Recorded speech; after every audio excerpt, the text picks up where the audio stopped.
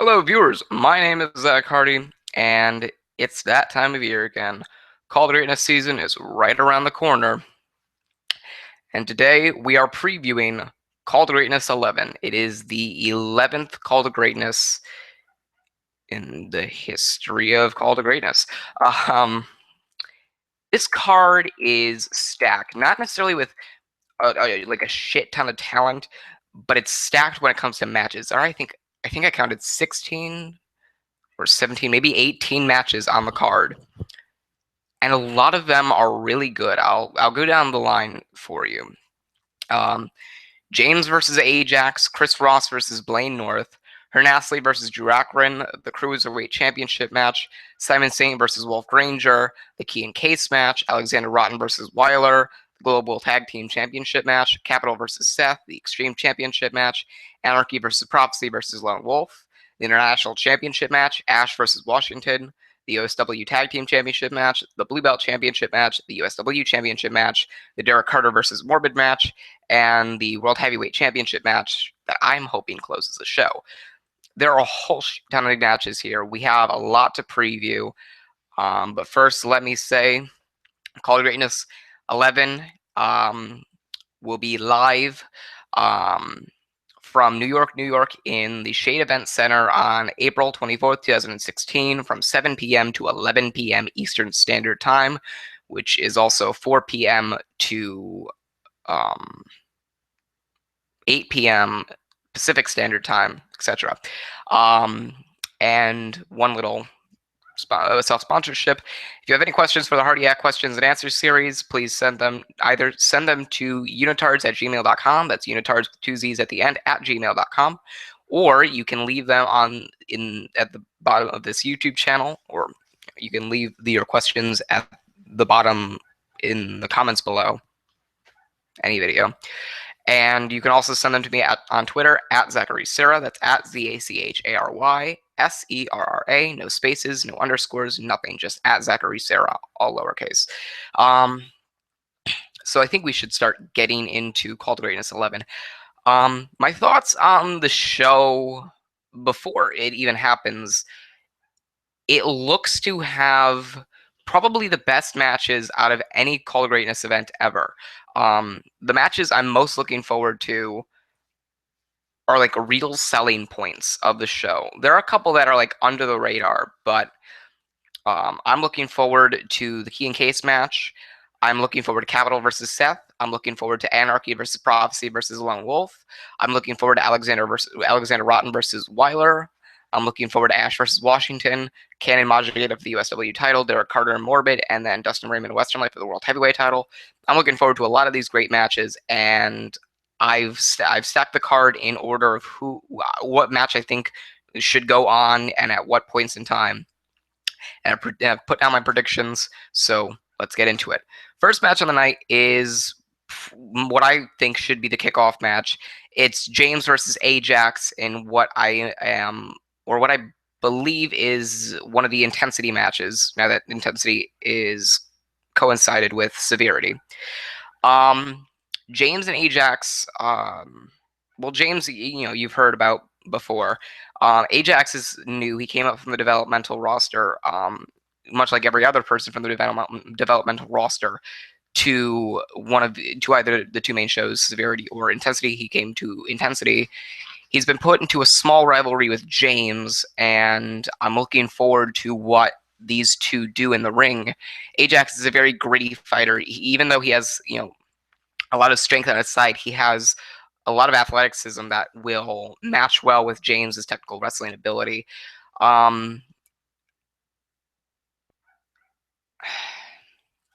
It was kind of hard to predict this match because James seems to be in that position where they're trying to give him a push. They just don't know how to execute it right now, but they're trying. You can see that. I mean, he beat Alex Martin in the now dead Call to Greatness tournament, the first round, and he's been on a tear. He's been winning matches. He even picked up a win over Mika Jordan.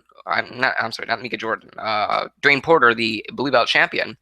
on Intensity a couple weeks ago, which was big because Dwayne Porter was the man who won the USW Championship in the main event of Call to Greatness just a year ago. So James has been getting a push. I think putting him in the kickoff match against Ajax is a great way to kind of um, utilize him as an underrated talent, saying, hey, he's starting off the show, but soon he'll be through the mid card and up to the main event point, hopefully.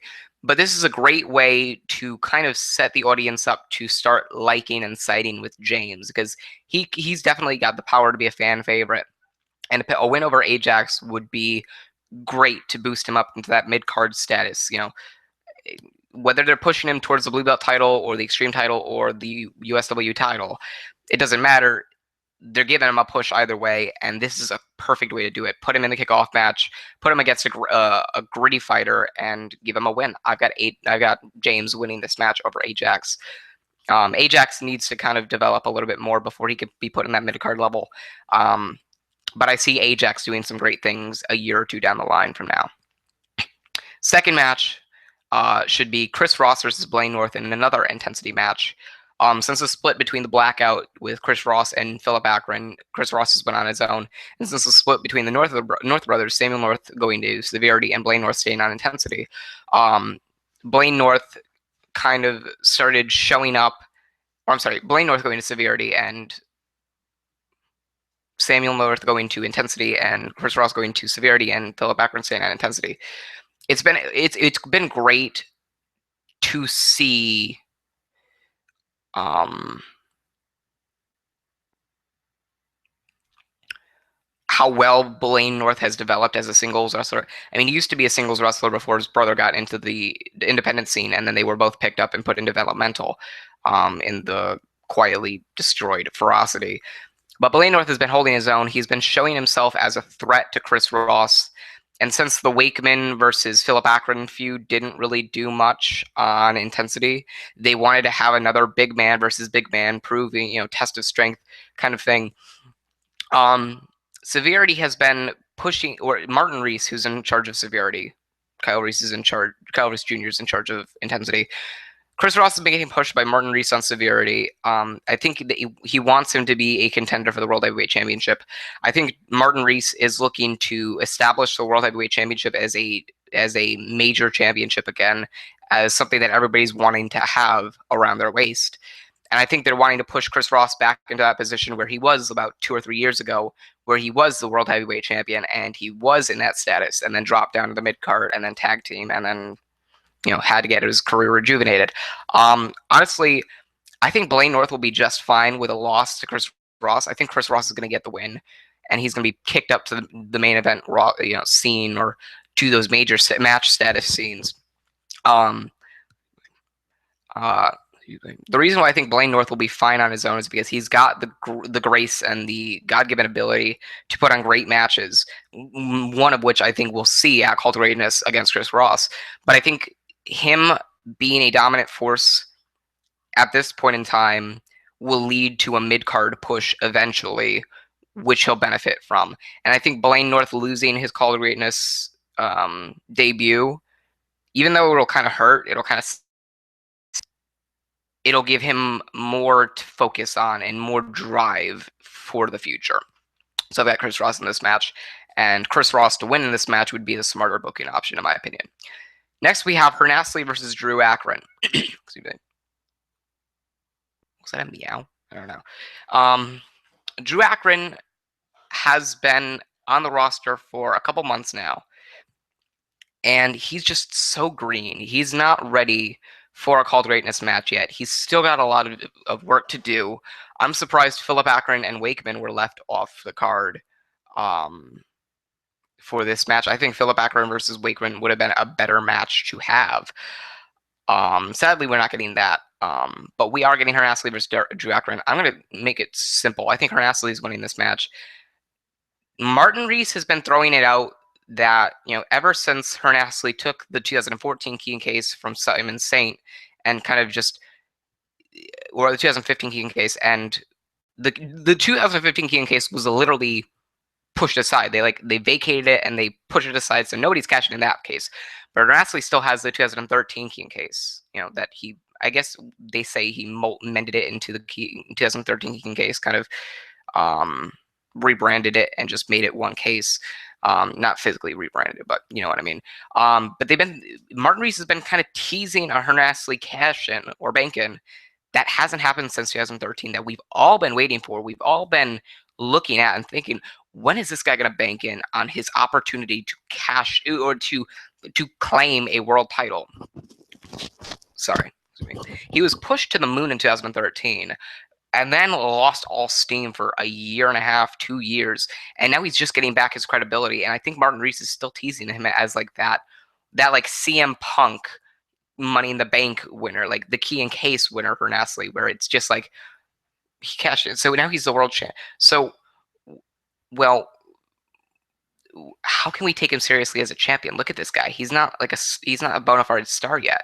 I think that's what they're pushing. I think they're pushing for a shock. I wouldn't be surprised if it happened at Call to Greatness. If it happened at Call to Greatness, sorry, again, if it happened at Call to Greatness, that'd be incredible. I think that'd be insane. It'd be great, a great moment.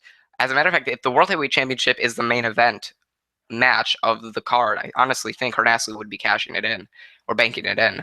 But I've got Hernastley to win this match, keep momentum going into whatever he does. Next match is the finals of the Cruiserweight Championship tournament. This match is for the new Cruiserweight Championship. Alex Martin versus Jake Porter.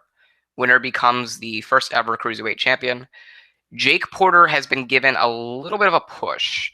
I think they're going to try to make this a feud that goes on. Whoever wins this match, they fight again for the Cruiserweight title at the next Severity pay-per-view, which I believe is No Remorse, in like a month from now.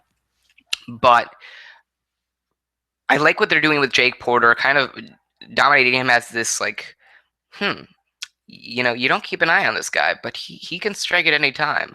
And he's been doing that throughout the entire tournament. He's been very strategic, and he's been proving himself as a legitimate talent.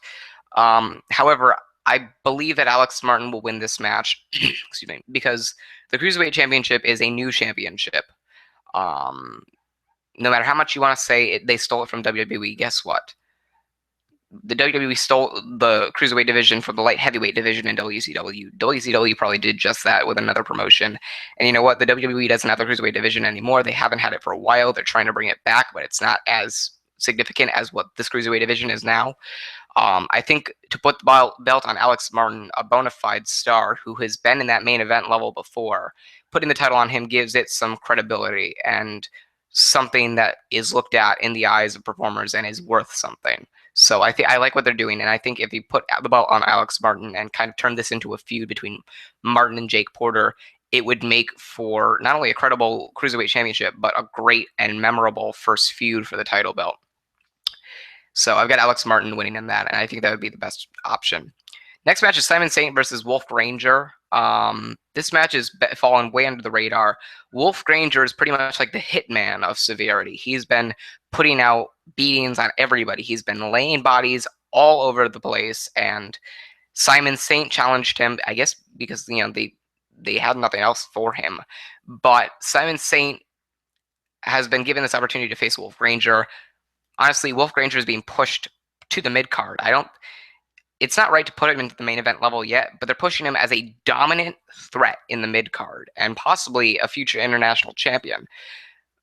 But they're putting stock into this guy, and I think it's going to pay off. He's a great wrestler. He's a great in-ring competitor. He's very conditioned for his position, and I believe they're going to give Wolf Granger the win here at Call to Greatness and kind of have that as a speaking point. Promos that Wolf Granger has going forward. I mean, Wolf Granger on the microphone kind of reminds me of an earlier version of Paul Heyman. He's letting loose, but he's keeping to the kayfabe position. And I like that. He's keeping it in character, and I like that from Wolf Granger. And I think having him, say something along the lines of, "Hey, I won my debut match at Call to Greatness. I'm a legitimate threat. I have put bodies everywhere. I have beaten everybody in my path. I deserve a championship shot," something like that. and that's what you build him up to. On the other hand, for Simon Saint, you kind of need to do something with him quickly. Give him a couple key wins. He's a great star. He's a great talent, and he's very underutilized. So making a star out of him, also putting him in the mid card championship position, would be great, and it would be such a smart idea. He wasn't able to get that credibility on intensity, even with a Gigan case on him. But I think they can do something with Simon Saint. He just needs a lot of momentum. He hasn't had that for a while. He's gotten significant losses against Hernasli and at Call to Greatness probably against Wolf Granger.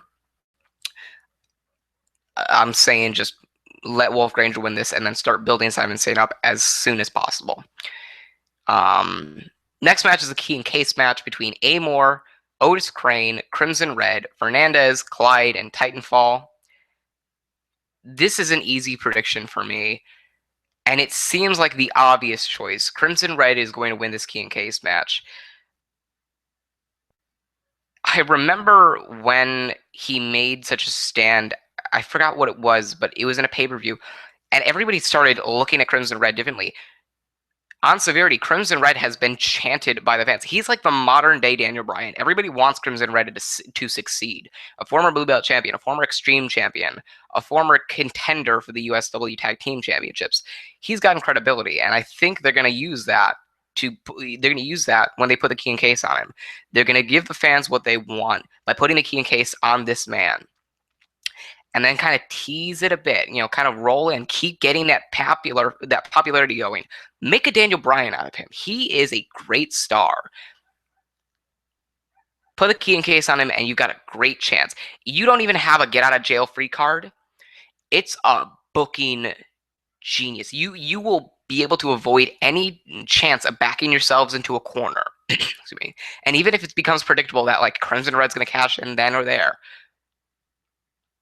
it's still looked forward to by everybody. Whether it's predictable or not, everybody's going to be looking forward to it. Crimson Red is being made into a star, and he's being pushed to the main event scene in Blue Moon. Because Martin Reese looks for the fans' opinion more than Kyle Reese does. He was the reason why Kyle Reese decided to scrap my Enigma character, because it was getting old with the fans. They were sick and tired of cheering for this heel that was supposed to be at the top of the mountain, that they wanted to cheer, but they couldn't because he was a bad guy. Martin Reese is what talked Kyle Reese Jr. into scrapping the Enigma character. And he looks for what the fans think. And that's why I honestly think Crimson Red's going to succeed and be pushed to the moon from here on out. Like, Crimson Red's got everything given to him. He's just got to grasp it. The only other option I could see putting the King case on is Amor, because of the end of the feud between him and Hernasli that sadly was scrapped before it could get off its feet. But I don't think Amor is going to take it. I think this is Crimson Red's night. Crimson Red's going to win the key and case, and he's going to be the 2016 key and case holder, future World Heavyweight Champion, or future USW Champion. Next match is Alexander Rotten versus Weiler. After Weiler's shocking return at Final Chapter, USW has been building to this big, mean, such intimidating presence with Alexander Rotten against this evil, sadistic, Enigma-like Weiler. And I honestly believe Weiler's going to win this match. Alexander Rotten's got so much going for him. And honestly, he's going to be back in the USW Championship picture soon. I can tell you that. But Weiler needs this win after what happened with Zack Hardy, myself, and Weiler in 2015. He needs this win after coming back and returning. He needs this win to get right back to where he should have been left off. And I think he's going to be in for a great feud with probably Alexander Rotten's probably going to keep that feud going with him out more, which makes me feel like Alexander Rotten may win at Call of Greatness. But Weiler can make a great feud with anybody. He's that kind of character. It's him and Seth. Those are the two guys that can make a great feud out of anything. And I honestly believe Weiler's going to win this match here. Unless there's a course of matches, in which case Weiler may still have a big chance of winning, but maybe not as much as he could or as should. Next match is for the Global Tag Team Championships. George Martin and Paul Orlando defend the championships against the Surfers and the Painters. I don't really care much about this feud. I predict that George Martin and Paulo Orlando will retain the Global Tag Team Championships. That's it. Next match is Capital versus Seth. Probably the most underrated match on the Call to Greatness card, other than Anarchy versus Lone Wolf versus Prophecy. Capital versus Seth is like that reigniting of that feud that we had in 2014 and 2015 for the World Heavyweight title. But this is what can really put these guys back on the map. Capital hasn't really been in the eye of anybody since losing the World Heavyweight Championship and losing his spot in there. And Seth, has just been kind of deeming around for a little bit before like leaving or for like vanishing and returning after his short and brief tag team with the Lone Wolf. I think Seth is going to win this match because with his back to his demon character, his I'm no good, I'm violent, I'm evil, and I want to hurt people. That attitude, I think we're going to see Seth win this match against Capital. And then Capital's probably going to beat Seth at No Remorse, and then we're probably going to get another match with them where Seth may win, but that's then. I think this is going to turn into a feud that extends past Call to Greatness, and I think Seth is going to win here at Call to Greatness. So that's my opinion. Next match is Extreme Championship match. Samuel North defends the Extreme Championship against Morgan Anthony. Again, this is another feud that I don't really have too much of a mind's eye on. It's going to be no disqualification match, which is going to be great, but I've got Samuel North winning because he's one of the North brothers, and they're really trying to push the North brothers into a dominant force in USW. Next match is the other underrated matches and feuds in or on the card: Anarchy versus Prophecy versus Lone Wolf. For those of you who don't know or haven't watched USW for a while, Anarchy turned into a bad guy, was teasing it for a couple of weeks on Severity. Prophecy and Lone Wolf, both fell victim to his tricks. Like, all right, good match, and then left. But he's like, why? So then they talked to each other, and then Anarchy got in both of their heads, and then Lone Wolf and Prophecy, thought that each other were trying to take him down. So they started fighting, and then Anarchy started fighting, and then it just turned into, all right, fine. Anarchy, you want to start trouble? Prophecy, Lone Wolf, you want to settle your differences? Fine. How about all of you do it at the same time at Call to Greatness in a triple threat match or a three-ways match? And the match was made: Anarchy versus Prophecy versus Lone Wolf. Anarchy probably needs the win the most. Lone Wolf probably needs the win the second most, and Prophecy can just do anything and do it well. This is going to be probably the excuse me, the best match on the night. These guys will put on such a clinic. I think Lone Wolf is going to win this match. They're trying to push Lone Wolf. They're trying to push all of these guys as legitimate guys to the World Heavyweight Championship. Martin Reese is literally stacking the contenders for the World Heavyweight Championship high. Like, he's putting Western Light in a match for the World Heavyweight Championship against the champion Dustin Raymond at Call to Greatness. He's also putting Anarchy and Prophecy and Lone Wolf and Chris Ross in that position as well. He's teasing her nastily. You've got such a great main event quota in there. Severity is doing everything right.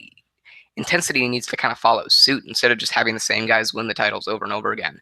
I got Lone Wolf winning this match. I think he's going to be set up for the World Heavyweight Championship next, or a championship match next. And Prophecy probably soon to come. But that's my prediction. Next match is the International Championship match: Mika Jordan versus Yo-Yo Joe. This is a Severity match. Yo-Yo Joe returned. Mika Jordan is heel. Yo-Yo Joe is a good guy, or is a face. Both guys are being cheered. Mika Jordan's teasing a face turn, and I think just because of that, Yo-Yo Joe's going to win the International Championship at Call to Greatness, and Mika Jordan's going to, do something like shake his hand or, raise his hand or whatever, like, all right, you beat me, you were the better man, I'll move on. Something like that, and that's how it's going to go. So I've got Yo-Yo Joe winning that match just based off of, future planning. Next match is Ash versus Washington. Probably the most underrated intensity match of the night. I've got Ash winning this match, even though Washington's going to be on a downhill streak past Call to Greatness 11, because Ash is more than likely going to win. I still think Ash is being pushed to be that, like, that wild card in the main event picture. If not a blue belt championship figure, Washington can do something else. But I think Ash and Washington, like this is another rivalry that's going to extend past Call of Greatness 11. But I think Ash is going to get this first win. Next match is for the USW Tag Team Championships, and this is going to be a shocking prediction. Ezra Kills and Benny Franklin defend the championships against the Tyler Brothers and Indigo Reaction. My prediction is for Indigo Reaction to finally take the USW Tag Team Championships off of Ezra Kills and Benny Franklin. They have been the champions since No Forgiveness 2015. They've had the championships for almost a year and a half. They've held the titles for over 400 days. I believe over 500 days. And over 400 days. And it's about time they lost the titles. And I think there's no better way to do that than what they've done with building Indigo Reaction up to be that threat, I'm going to prove to you that we are the best. And there's no better place to do it than Call of Greatness. This is going to be great. This is going to set up Ezra Kills and Benny Franklin versus Indigo Reaction for the feud for the most part. And I got Indigo Reaction winning. That's my shocker of the night. Blue Belt Championship match. Dwayne Porter defends the championship against Xavier King. I've got Dwayne Porter winning this match because Xavier King didn't do much as the Blue Belt champion. He was an interesting champion, but Dwayne Porter is just Blue Belt Championship material. If he's not in the USW title picture, he's going to be in the Blue Belt title picture. He's what makes that title the Blue Belt Championship. He is Mr. Blue Belt Championship. Let's just say that. I've got Dwayne Porter winning this match. Next match is the USW Championship match. This is when I think the USW Championship match should be put on. Before the main event of the World Heavyweight title and before Derek Carter versus Morbid. Cannon defends the USW Championship against Majigeta. Cannon shocked the world when Morbid interfered in Derek Carter's USW title match at Final Chapter. Hit him with a pile driver. Cannon won the match. Shocked everybody by becoming the USW champion. Majigeta was next in line.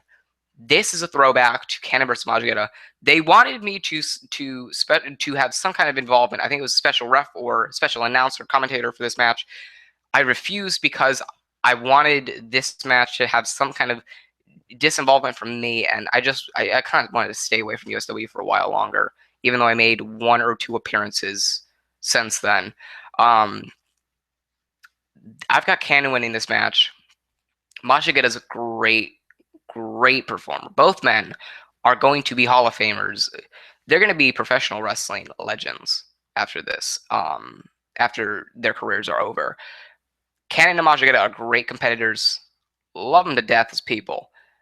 I just think Cannon's going to be booked to win this match. I think Cannon's going to hold on to the title. If Majigeta won it, I wouldn't be surprised. They're going to try to shock you at Call of Greatness 11. They did at Call of Greatness 9. With Zack Hardy versus Morbid, no matter who won, it was going to be a shocker. Either my career was going to be over or his streak was going to be over. It was his streak. That was a shocking moment. Call of Greatness 10, even though you could predict it, Dwayne Porter won the title. His dream had been realized. Mr. Midcard went from being Mr. Midcard to Mr. Main Eventer for a time being. And now they're going to shock you. They could shock you with They have so many ways to shock you. Majigeta could beat Morbid. Majigeta could beat Cannon. Excuse me. Derek Carter could beat Morbid. Hernastley could bank in the World Heavyweight title. Dustin Raymond could retain. You never know. I've got Cannon winning this match. I think it'd be insane in a good way if Majigeta won this match, but I've got Cannon. I think this is going to be that's the big decision, Next match is Derek Carter versus Morbid. It's the second to final match on the card, in my opinion. I've got Derek Carter winning this match. Morbid is going to lose his what will end up being his second Call of Greatness loss in his career. And I think Derek Carter needs this win to stay in the main event picture. They booked him as a god. They booked him as the next Zack Hardy. It's super kick, super kick, super kick, super kick, super kick, and then redo the cycle.